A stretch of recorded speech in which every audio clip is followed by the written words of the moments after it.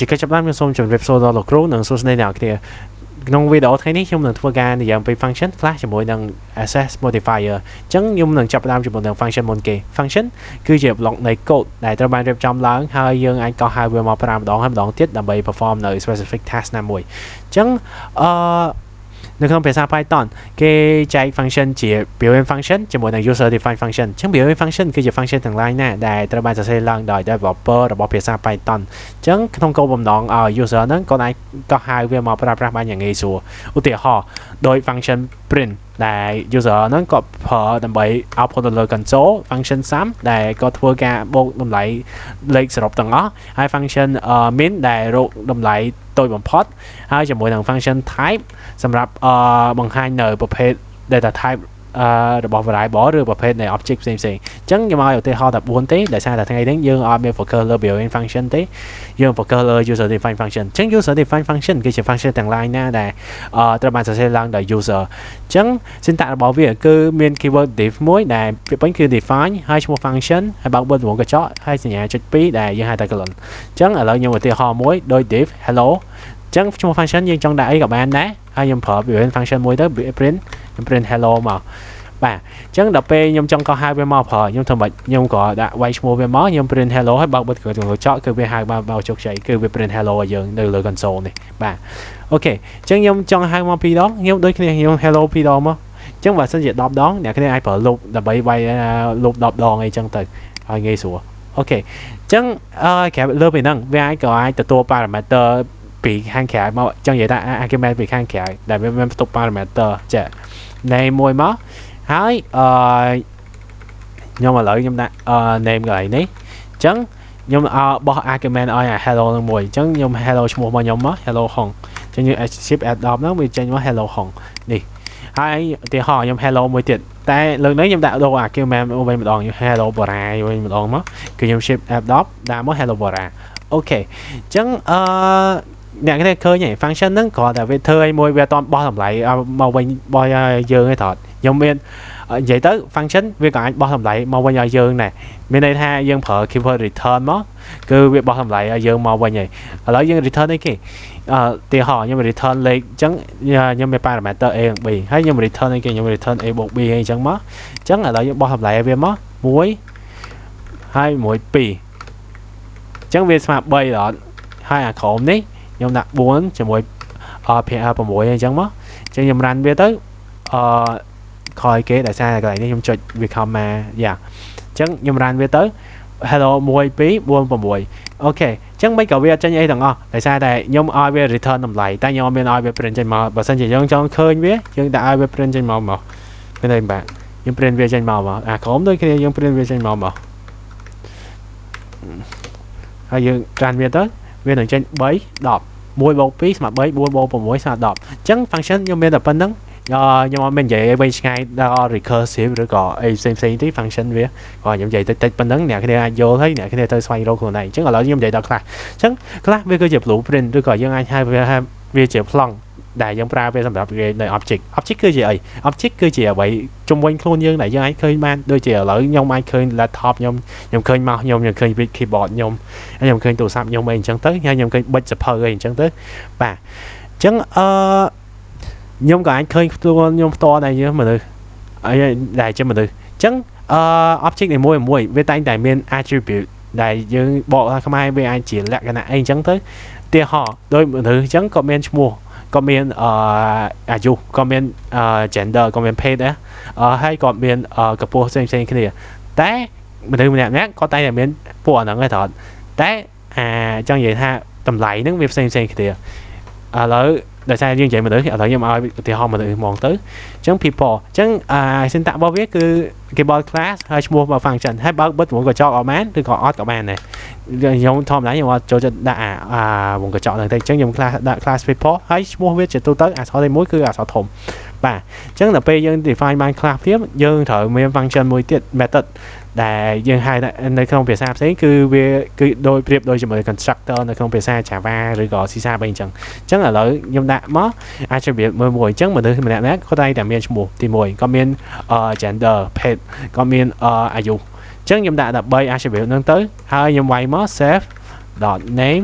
ស្មើ mà nâng name hay access nâng việc việc đôi cho mỗi nâng this nơi không phía xa Java phía xa C Sharp phía xa C++ hay chẳng hay là miền gender nhưng lại gender mất ok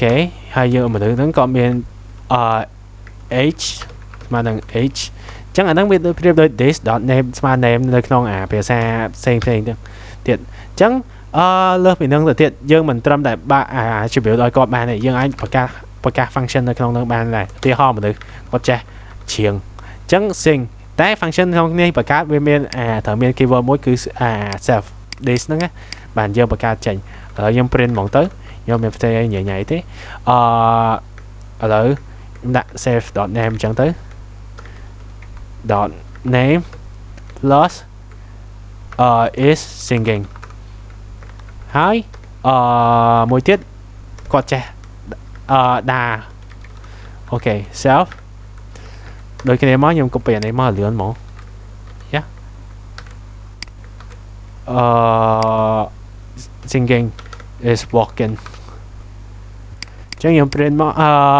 phần năng mỏ nhưng tất cả là function năng pi tới chẳng làm bây access attribute đưa đầm lại qua attribute đưa gọi đầm là hai function năng mà phở mà nơi khang kẹt là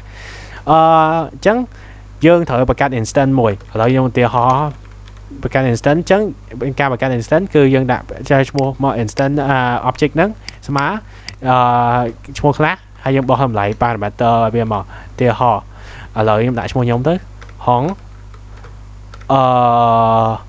dương bên gender giá xong tổ để đôi đạp mùi đôi constructor bao dương chẳng á chẳng dùng chìa phỏ báo ai nhôm mẹ dụ operation mình chẳng mất chẳng là bây giờ sẽ viết như có đặt phi muối đó name mình chẳng mà cứ bây giờ sẽ bài này như là print trên màu phổi anh em print này tí chỉ print bên trên mất trên ra về tới này bên trên hòn này print tiếp p1 dot gender chẳng print như print này hai mất male chẳng p muối dot h chẳng như print mất ok bây giờ thôi mà hãy cho sầm rập function nó như hai bạch nhưng hai thôi mà hai đôi nhưng còn đẹp tha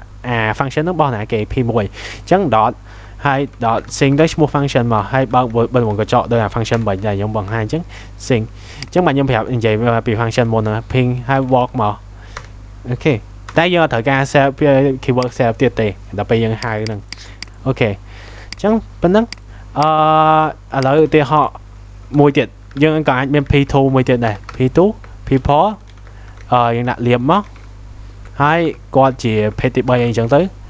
hai con mẹ dụ cái sub nam mình chẳng mất hai việc đồ là p2 nó mất hai bên output p2 bởi vì đa ran mất đa đôi cái này liệp pt bay cái sub liệp về singing liệp về walking chẳng phải đa đôi cái này chẳng nè cái này anh bậc cao chỉ structure rồi có công trong ngày attribute này mỗi hay miền function nó không năng xếp chẳng nè cái này anh hai về tập hợp phải ban đôi cái này ok chẳng class dùng xong job phần nắng nhưng mà vậy đó inheritance nhảy nhảy ai nè cái này với beverly dùng bên cầm nốt ok chẳng là lợi dụng vậy đó access modifier chẳng access modifier nếu không phải sang program mình với cái chữ keyword mỗi đại vô ca set nợ vậy đó set là permission rồi có set nk set bao giờ ban thẩm naในក្នុង class ในក្នុង method ឬក៏ក្នុង add member ផ្សេងៗនៅក្នុង class ហ្នឹងចឹងនៅក្នុងភាសា Python access modifier វាចែកចេញជា3គឺ public protected ជាមួយនឹង private ហើយ3ហ្នឹងខុសគ្នាមិនឥឡូវខ្ញុំឧទាហរណ៍ជាក់ស្ដែង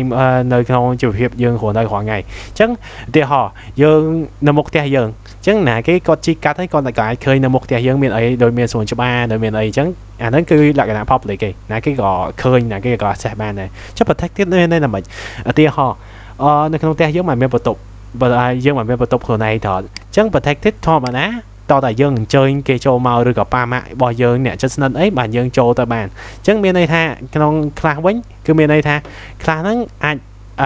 អ្នកដែលអាច access ចូលហ្នឹងមានតែ class ខ្លួននិយាយទៅ class ខ្លួនឯងផ្ទាល់ហើយជាមួយនឹង sub class ដែលជាប់តាក់ទងមួយវាតែខ្ញុំមិនបានឧទាហរណ៍sub class inheritance ហ្នឹងទេអញ្ចឹងខ្ញុំក៏បានលើក access បាននៅក្នុងបាន protected នឹងដែរអញ្ចឹងចំពោះ private វិញគឺឧទាហរណ៍អ្នកគ្នាមានអាកំបាំងនៅផ្ទាល់ខ្លួនឯងអញ្ចឹងហើយអ្នកគ្នាអត់ចង់ឲ្យគេដឹងឯងអញ្ចឹងអាកំបាំងនឹងមានតែខ្លះចង់និយាយថាមានតែអ្នកទាំងអស់គ្នាដឹងខ្លួនឯងថាអាកំបាំងនឹងជាអ្វីចឹងទៅបើសិនជាយើងនិយាយពីខ្លះវិញគឺខ្លះមានតែខ្លះខ្លួនឯងទៅ access បានអា variable ឬក៏ member មួយហ្នឹងបានអូខេអញ្ចឹងរបៀបក្នុង define ខ្លះនិយាយទៅរបៀបនៃការចំណាំថាអាមួយណាជា protected អាមួយណាជា public អាមួយណាជា private អញ្ចឹងបើសិនជាអ្នកគ្នាឃើញ underscore មួយអញ្ចឹងអាហ្នឹងវាគឺជា protected member ហើយអូខេអញ្ចឹងមកហើយបើសិនជាអ្នកគ្នាឃើញអា underscore 2នៅខាងមុខឈ្មោះattribute ឬក៏ឈ្មោះ function របស់យើងហ្នឹងគឺវាអាហ្នឹងគឺជាប្រភេទ private ហើយចុះ public មានន័យថា public វា define បែប public ហ្នឹងវាគ្រាន់តែវាអត់មានអីនៅខាងមុខទាំងអស់មានន័យថាវាមានឈ្មោះយ៉មហ្មងចាំតិចខ្ញុំឧទាហរណ៍អ្នកឃើញបានចាក់ស្ដែងហើយមួយទៀតអ្នកគ្នាមិនបានអ្នកឃើញ init មួយដែលមាន underscore 2ពីមុខហើយ init underscore 2ពីក្រោយពួកប្រភេទហ្នឹងគឺជា method ដែលត្រូវបាន define ដោយ system ផ្ទាល់ដោយ developer របស់ភាសា Python ហ្នឹងអញ្ចឹងវាគឺមានស្រាប់នៅក្នុងកាលណាដែលយើងdown Python មកវិញគឺវាមានស្រាប់វា define auto នៅក្នុងនឹងខ្លួនឯងរបស់ system ឯងចឹងថ្ងៃហ្នឹងក៏ខ្ញុំអត់និយាយពីវាខ្ញុំនិយាយតែពី3 public protected and private ហ្នឹងឯងអូខេចឹងឥឡូវខ្ញុំ copy យកឧទាហរណ៍នេះមកហ្មងទៅកុំឲ្យវាញ៉ៃខ្ញុំដាក់ class មកអូខេខ្ញុំ copy class មកចឹងទី1អ្នកគ្នាជាធម្មតាអ្នកគ្នាឈ្មោះនៅក្រៅអ្នកគ្នាតើស្គាល់គ្នាបាទអ្នកគ្នាស្គាល់ឈ្មោះតើអ្នកគ្នាគ្រាន់តែកាត់អ្នកគេហ្នឹងអ្នកគ្នាមិនស្គាល់ឈ្មោះតើអ្នកគ្នាសួរឬក៏ប៉ាម៉ាក់គេបានគេដឹងថាឈ្មោះអ្នកគ្នាហ្នឹងអីគេតើសំទោសឈ្មោះគេហ្នឹងអីគេអញ្ចឹងមានន័យថាតើតែអ្នកចិត្តស្និទ្ធហ្មងបានដឹងថាឈ្មោះអញ្ចឹងវានៅស្ថិតនៅក្នុង protected អូខេចុះ gender គាត់យើងđangកាត់យើងដឹងថាគាត់ប្រុសស្រីបាទហើយអញ្ចឹងលើកលែងតែគាត់ភេទទី3គាត់លាក់គាត់បានយើងអត់ដឹងហើយ age វិញជាភាសានារីហ្មងគឺគាត់ថាគាត់អត់ចូលចិត្តឲ្យគេដឹងពីអាយុពិតរបស់គាត់ទេអញ្ចឹងយើងដូរមក age ហ្នឹងវាជាលក្ខណៈ private អូខេ self name វិញដោយសារតែមិញយើងដូរនៅលើនេះនេះលើនេះយើងមាន underscore ឥឡូវនៅក្រោមនេះក៏យើងត្រូវដាក់ time name មួយទៀតដែរអញ្ចឹងយើងអត់មានអីខុសផ្នែកមួយ define មិនក៏យើង time underscore តែថាអានេះ protected អានេះ age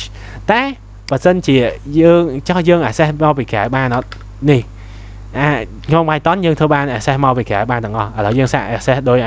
អាមុនមិញខ្ញុំ copy អាក្រោមមកទៀតមក copy p2 នេះទៅមកទៅ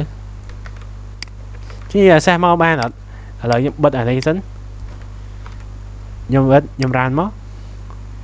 យ៉ាក្រហមដោយសារអីដោយសារ p2 ហ្នឹង name ហ្នឹងវាមាន underscore អូខេឥឡូវខ្ញុំរ៉ានទៀតមកអូខេវាចេញមកលៀបគឺវាទោះបីវា protected ក៏ដោយខ្ញុំប្រាប់ថាវានៅ sub class ក៏ដោយតែនៅក្នុងភាសា Python គេអាច access វាបានធម្មតាទៅដែរអញ្ចឹងមានន័យថាបើសិនជានៅក្រៅហ្នឹងយើងដើរជួបគេយើងសួរតប៉ែមួយគេយើងសួររហូតទៅគេលោយើងបានឈ្មោះគេណោះអញ្ចឹងបាទអញ្ចឹងចំពោះ gender វិញ gender វា public អញ្ចឹងយើងអត់បញ្ហាក្នុងការឃើញរបស់គេតែអានេះរៀងថាលក្ខណៈថាខ្ញុំឧទាហរណ៍ភេទទី3អញ្ចឹងប្រហែលជួនកាលយើងអត់ដឹងទេតែលក្ខណៈសំដែងកម្មការរបស់គាត់ហើយយើងអាចមើលដឹងថាគាត់ជាភេទទីម៉ានបាទអញ្ចឹងចំពោះ age វិញឥឡូវខ្ញុំបើក age មើលខ្ញុំដាក់ឥឡូវខ្ញុំដាក់ underscore 2ព្រោះ private តើខ្ញុំ age មកវានឹង error វានឹងប្រាប់ថា object no attribute age អញ្ចឹងវា did you mean name អញ្ចឹងដល់ពេលវា private ដល់ពេលយើង access មកពីក្រៅគឺវាអត់ឲ្យយើង access យកមកវាប្រាប់ថាយើងអត់មាន attribute ហ្នឹងទេគេប្រាប់អញ្ចឹងហ្មងអញ្ចឹងដើម្បី access មកពីក្រៅបានអត់អញ្ចឹងនិយាយថា access បានអត់បានយើងធ្វើមិនយើងដាក់ underscore មួយមកហើយយើងវាយឈ្មោះ class មកហើយ underscore 2ហើយឈ្មោះ attribute នឹងទៅអូខេគឺវាបានដូចគ្នានឹងមានន័យថាដូចមិញអញ្ចឹងយើងតប៉ែឬក៏យើងដើរទៅ check យកអត្តសញ្ញាណប័ណ្ណគេយើង check ខ្លួនឯងទៅវាក៏ចេញមកដូចគ្នាដែរវាអញ្ចឹងណា